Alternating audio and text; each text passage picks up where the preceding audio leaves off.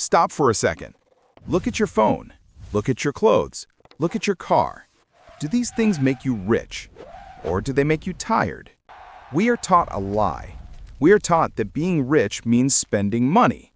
We see athletes with $5 million contracts, buying Lamborghinis. We see Instagram influencers on private jets. But here's the truth nobody tells you. Most people who look rich are actually broke. They are one paycheck away from disaster. They are running on a treadmill that never stops. And the people who are actually wealthy, you wouldn't even notice them at the grocery store. Today, we are going to fix your money, not with boring math. We are going to fix it by changing how your brain works.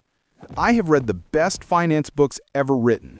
I've condensed thousands of pages into 5 simple money fixes.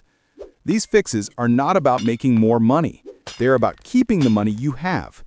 Are you ready to stop pretending and start building real freedom? Let's dive in. Fix number 1 is a concept from the book The Millionaire Next Door. It is called Big Hat, No Cattle. In Texas, if you wear a big cowboy hat but you don't own any cows, you are a fake. You are all show and no substance. In the money world, we call this being a UAW. That stands for Under Accumulator of Wealth. Let me tell you a story from the book. Meet Dr. South. He is a surgeon. He makes $700,000 a year. That is a huge income. You would think he is rich, right? Wrong. Dr. South has a big house. He drives a Porsche. He wears a $5,000 watch. Every time his income goes up, his spending goes up. He has a big hat, but he has no cattle. If he stopped working today, he would be broke in a few months. Now meet his neighbor, Dr. North. Dr. North makes the same income, but Dr. North drives an old car. He buys his clothes at discount stores. He doesn't care about impressing his neighbors. Dr. North is a PAW, a prodigious accumulator of wealth. He has millions in the bank. He is free. Morgan Housel gives us the perfect rule for this. He says, wealth is what you don't see. Wealth is the nice car not purchased, the diamond not bought, the first-class upgrade declined. We judge people by what we see. We see a Ferrari and we say, he is rich. But all we know for sure is that he has $300,000 less in his bank account, or worse, he has $300,000 in debt. The fix: stop trying to look rich. Real wealth is hidden. It's the money you didn't spend. It's the option to quit your job. It's the freedom to wake up and do whatever you want. Ask yourself, do you want to look rich? Or do you want to be rich? You usually can't be both. Fix number 2 will change how you spend every single dollar. This comes from the book Your Money or Your Life. We think we pay for things with money. That's wrong. You pay for things with time. You trade your life for dollars. The book calls this life energy. Let's say you earn $20 an hour. You see a new pair of shoes for $100. You think, okay, that is 5 hours of work. But wait, it's actually much worse. You have to pay taxes. So maybe you only keep $15. You have to drive to work. That costs gas and time. You have to buy nice clothes for work. You buy coffee because you're tired from work. You might only be making $10 of real profit per hour. So those $100 shoes, they don't cost 5 hours. They cost 10 hours of your life. You have to sit in a chair, do work you might not like for 10 full hours just to put those shoes on your feet. Is it worth it? Maybe it is. If you love the shoes, buy them. But often you will look at that gazing Gus pin. That's what the book calls those useless items we buy. And you will say, no way. My life is worth more than that. The fix: before you buy anything over $50, stop. Calculate your real hourly wage. Ask yourself, is this plastic gadget worth 2 days of my freedom? When you start valuing your life energy, you naturally stop spending on things that don't matter. You stop bleeding money. Fix number 3 comes from the most famous finance book ever written, Rich Dad, Poor Dad. Robert Kiyosaki says most people struggle financially because they don't know the difference between an asset and a liability. And no, it's not the definition your accountant uses. An asset puts money in your pocket. A liability takes money out of your pocket. Simple, right? But here's where everyone gets it wrong. You buy a house. You think, this is my biggest asset. Rich Dad says no. You have to pay the mortgage. You pay property tax. You pay insurance. You pay for repairs. The house takes money out of your pocket every month. It is a liability. You buy a fancy car. Liability. You buy a boat. Liability. The poor and the middle class buy liabilities, but they think they're assets. The rich buy real assets. They buy stocks that pay dividends. They buy rental properties that pay rent. They buy businesses that earn profits. Here is the cash flow pattern of the poor. Money comes in from a job. Money goes out for rent, food, and clothes. Result? Zero. Here is the middle class. Money comes in. They buy a big house and a nice car. Liabilities. Money goes out to the bank. Result? Stress. Here is the rich. Money comes in. They buy assets. The assets create more money. Then they use that extra money to buy luxuries. The rich dad says, the rich don't work for money. They make money work for them.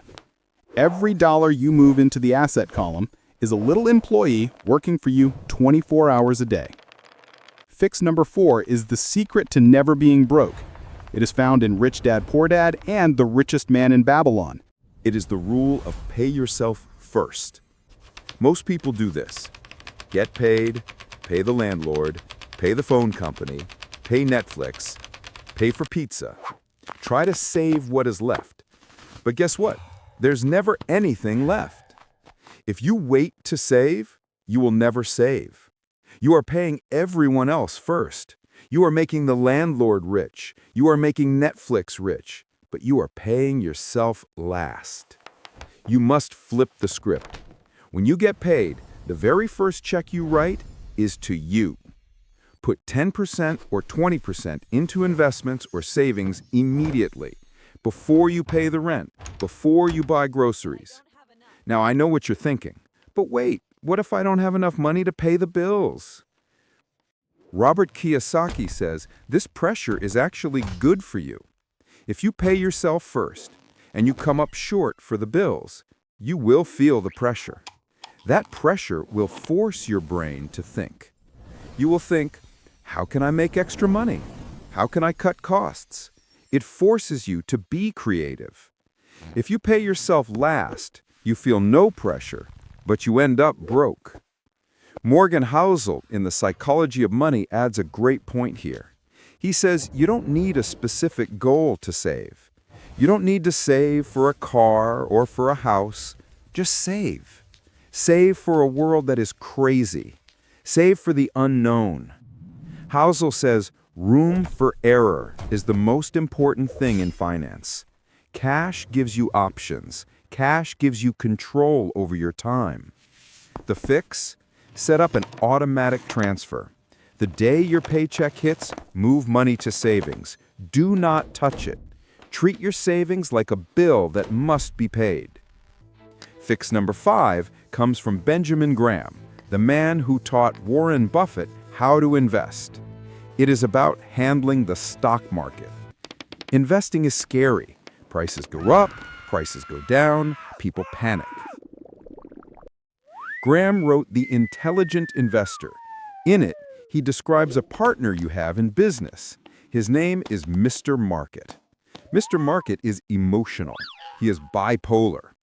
Every day, Mr. Market knocks on your door. Some days, he is euphoric. He sees sunshine everywhere. He offers to buy your shares for a huge price.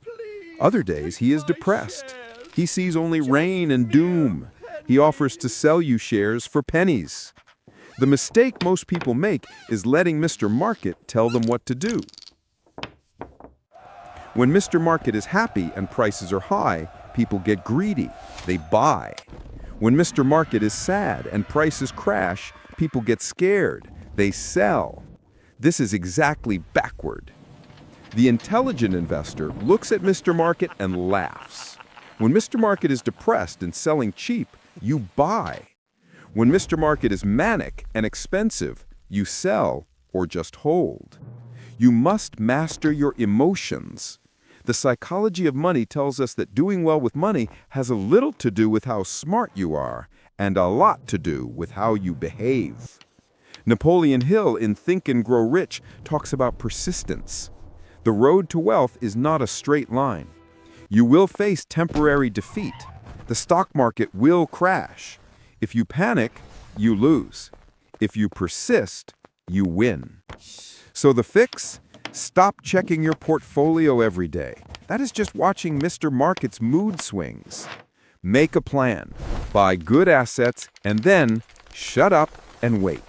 Compounding takes time. So there you have it. 5 simple fixes. Don't act rich, be rich. Big hat, plenty of cattle. Count your life energy.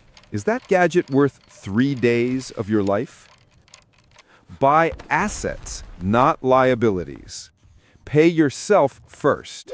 Ignore Mr. Market's moods. None of this requires a PhD. It requires discipline. It requires you to be different from the crowd.